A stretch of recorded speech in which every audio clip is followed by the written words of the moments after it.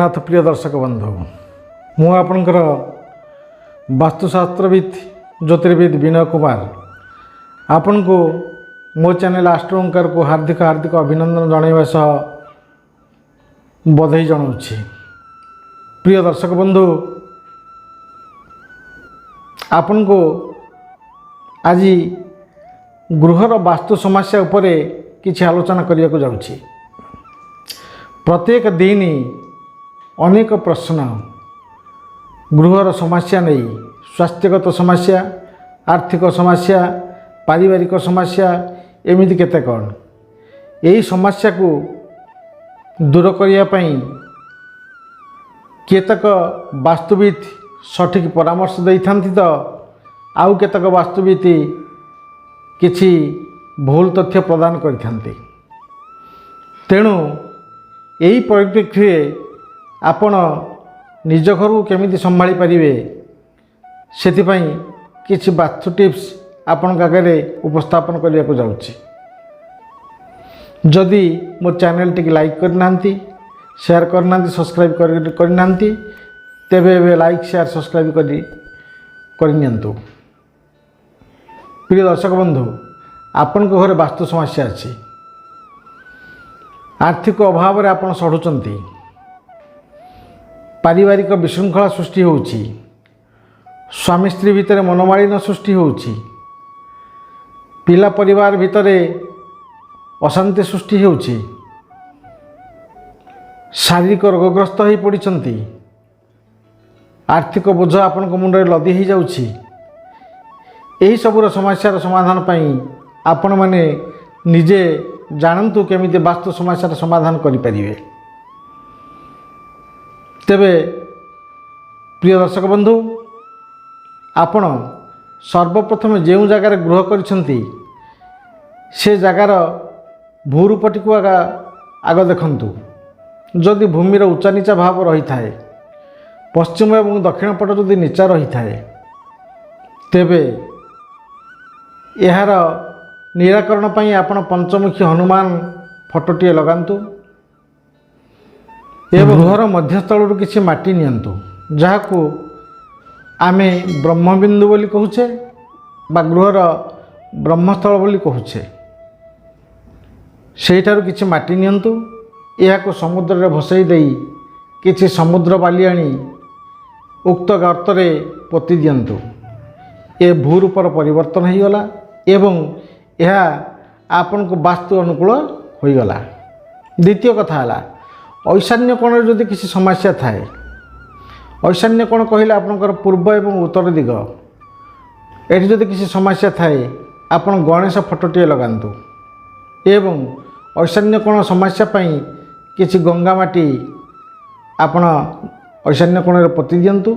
देखिबे घर समस्या दूर हो जिवो, आपन को आर्थिक कष्ट पड़िबो नहीं, पारिवारिक समस्या सृष्टि हेबो नहीं। पूर्व एवं उत्तर द्वार जदि वास्तु समस्या थाए, से द्वार उपरे गणेश फोटोटीए पूजा करी आपन टांगी दियंतु, वास्तु दोष दूर हो जिवो।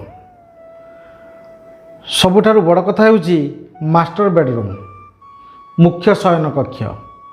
गृहकर्ता जो घरे शयन करे से घरटी जदि वास्तुदोष थाए, तेबे पारिवारिक संबंध क्षीर्ण होता है, स्वामी स्त्री मध्य झगड़ा लगी थाए। यही परिप्रेक्षी से घरे स्वस्तिकटी अंकन करंतु एवं गृहर पछभागे खंडीय घोड़ा नाल पोति दियंतु। जदि संतान मानकर पाठपढ़ा कक्षर कौन सी समस्या थाए, विद्यार अमनोजोग देउथांती, विद्या विस्मरण हो जाउथाए, तेबे आपण अमावास्या एवं संक्रांति यही दुई दिन रे आपण झुणा धूप दियंतु एवं घर भितरे लाल रंगर त्रिकोण चिन्हटी अंकन करंतु। देखिबे ए समस्या दूर हो जिवो। गृहर अतिथि कक्ष बा गेस्ट रूम यदि किसी समस्या थाए तेबे आपण दुर्गा फोटोटी से गृह भितर रखंतु। पश्चिम पार्श्व तंबा मुद्राटे पोति दियंतु। देखिए सेठाकार थिबा वास्तुदोष दूर हो। अग्निकोण बा रोसई घर जदि कौन सी समस्या थाए प्रत्यह आपण रोसई कले अग्निदेव को प्रसाद अर्पण करंतु बा आपणकर रोसई अर्पण करंतु एवं मंगल जंत्रटी लगे दिंतु। देखिए रोसई घर समस्या दूर हो एवं से पाक बा रोसई करिथिबा पदार्थ अमृत तुल्य मन हेब। गृह भीतर थिबा शौचालय जदि समस्या ही थाए किंबा सीढ़ी तले थाए एवं दक्षिण दिगरे थाए निर्दिष्ट दिगरे नथिले घरे अनेक समस्या आसी थाए। यथा घरे गृहकर्ता सहित गृह सदस्य मान देह असुस्थ होता है, आर्थिक समस्या विजड़ित होगा पड़ी थाए। वायु कोण को छाड़दे जदि अन्यत्र कौन सी जगार आपण शौचालय निर्माण करिसेंती तेबे यार नैऋत कोण रे नड़िया गछटी लगांतु।